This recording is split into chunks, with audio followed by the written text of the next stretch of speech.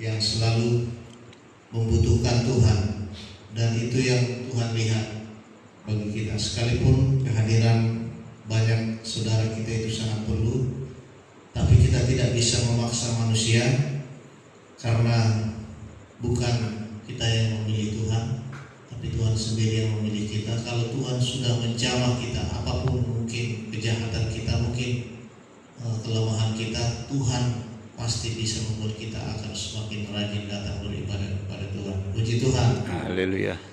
Nah saudara, kita sebentar merenungkan firman Tuhan untuk awal tahun ini di dalam Perjanjian Lama.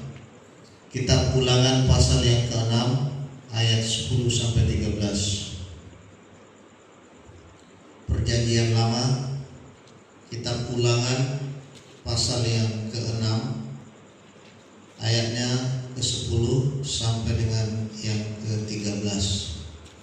Saya akan membaca firman Tuhan. Demikian firman Tuhan. Maka apabila Tuhan Allahmu telah membawa kamu masuk ke negeri yang dijanjikannya dengan sumpah kepada nenek moyangmu, yakni Abraham, Ishak dan Yakub, untuk memberikannya kepadamu kota-kota yang besar dan baik yang tidak kau dirikan, rumah-rumah penuh berisi berbagai-bagai barang baik yang tidak kau isi, sumur-sumur yang tidak kau gali, kebun-kebun anggur dan kebun-kebun jaitun yang tidak kau tanami. Dan apabila engkau sudah makan dan menjadi kenyang, maka berhati-hatilah supaya jangan engkau melupakan Tuhan yang telah membawa kamu keluar dari tanah Mesir, dari rumah perbudakan. Engkau harus takut akan Tuhan Allahmu, pada Dia haruslah engkau beribadah, dan demi namanya haruslah engkau bersumpah. Puji Tuhan. Haleluya. Nah saudara, ini adalah renungan yang kita mau terapkan dalam awal tahun yang baru ini, karena kita adalah kaum bapak yang sudah lama mengecap kasih karunia Tuhan.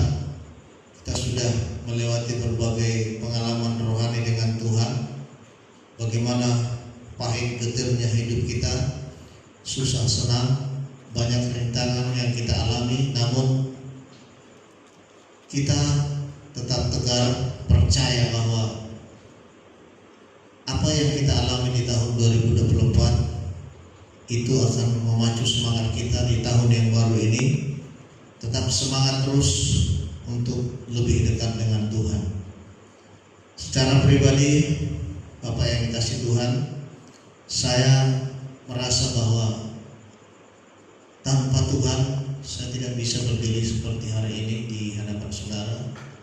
Saya melewati tahun-tahun dengan berbagai rintangan, persoalan demi persoalan, dan penyakit yang mengganggu saya. Tapi sampai hari ini saya dimampukan oleh Tuhan untuk tetap bisa melayani Tuhan, dan itu semua saya berkata kepada Tuhan dengan suatu tekad, saya ingin melayani-Mu sampai seumur hidupku Tuhan. Kuatkan itu yang saya perlukan. Nah, saudara, kalau kita terhubung dengan bangsa Israel yang sudah keluar dari perbudakan Mesir dan membawa bangsa Israel menuju tanah Kanaan, tempat yang subur, bukan seperti di daerah mereka. Nah, mereka menjadi orang yang kaya raya, banyak berkat yang mereka dapatkan. Tetapi saudara, Allah memperingatkan saudaraku melalui firman Tuhan malam hari ini supaya mereka mengingat kebaikan Tuhan, kasih karunia Tuhan. Pada ayat yang ke-11 dikatakan oleh Tuhan, rumah-rumah penuh berisi berbagai barang-barang baik yang tidak kau isi. Saudara ingat ini, yang tidak kau isi, sumur-sumur yang tidak kau gali, kebun-kebun anggur dan kebun-kebun jaitun yang tidak kau tanami. Dan apabila kau sudah makan dan menjadi kenyang, maka berhati-hatilah supaya jangan engkau melupakan Tuhan yang telah membawa kamu keluar dari tanah Mesir, dari rumah perbudakan. Saudara, saya banyak menerima berkat Tuhan dari yang tidak saya kerjakan, saudaraku. Tapi tapi saya melihat ada saja pertolongan Tuhan. Ada saja berkat yang tidak saya duga. Dari mana datangnya ini? Saya tidak menyangka ada pertolongan, ada jalan. Selalu Yesus punya jalan untuk saya dan keluarga saya. Saudara, bukan dengan usaha saya sendiri, bukan dengan kemampuan saya, tapi di luar nalar saya bisa mendapatkan berkat yang terbaik dari Tuhan. Bagi saya berkat yang terbaik bukan hanya uang, tapi saya merasakan ada saja pertolongan dari segala aspek kehidupan saya. Nah saudara, saya tidak bisa hidup tanpa Tuhan. Saya selalu terhubung dengan Tuhan. Nah kita di tahun ini saudara, kita tidak mau seperti bangsa Israel. Kita harus ingat, keluarga kita diberkati sampai akhir tahun 2024, bahkan hari ini. Saudara pasti juga merasakan seperti saya, karena kita sama-sama satu di dalam Tuhan, satu tubuh Kristus. Kalau Tuhan sudah berniat untuk menolong orang yang percaya dan berharap padanya, segala jalan Dia akan buka bagi saudara dan saya. Pertolongan Tuhan luar biasa.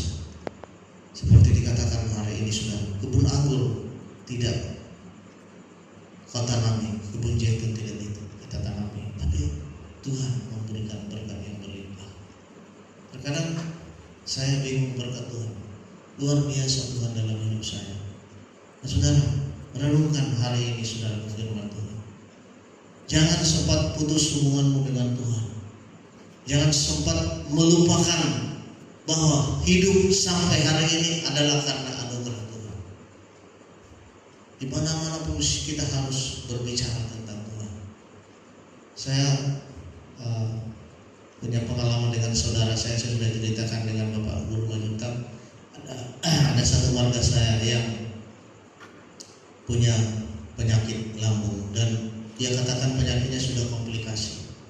Nah, saudara saya cerita, saya lihat dia begitu mengeluh tentang sakitnya. Saya lihat wajahnya tidak ada sinar kemuliaan Tuhan. Lalu saya katakan, ada Homar Minggu dia ledang terus. Jadi mau hitam tentang saya cerita untuk pengalamanku. Saya katakan begitu saudara. Saya ditolong oleh Tuhan, disembuhkan oleh Tuhan karena Roh Kudus yang membuatkan saya hampir menyerah, saya hampir putus asa. Tapi karena ada Roh Kudus, nah saya ketika berbicara tentang Roh Kudus dia marah. Maksudku saya tidak ada Roh Kudus.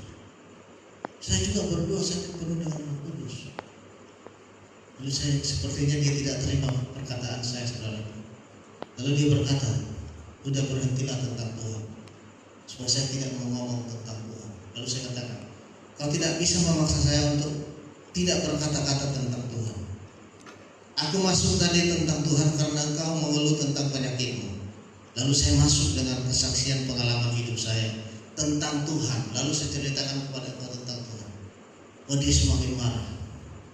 Saya sudah mengenal ini sejak lajang saudara, di satu gereja kita. Lalu kami ribut saudara, dia tahun baru ke rumah kami. Lalu anak-anak saya Samuel sudah mulai tegang. Kami seperti mau berantem. Tapi saya berkata kepada dia, saya mengatakan firman Tuhan kepadamu, kalau engkau tidak terima terserah. Aku sudah mengenalmu sudah lama, tapi kau terlalu emosi.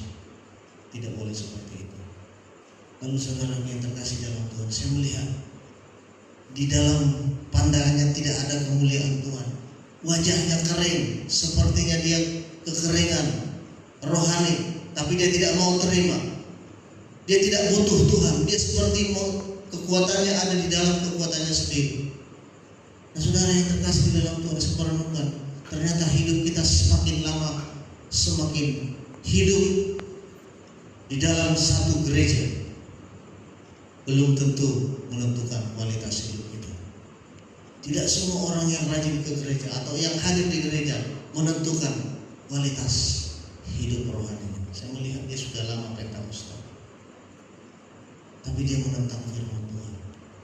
Saudara, yang penting bagi kita hari ini adalah kita renungkan kebaikan Tuhan dalam hidup kita.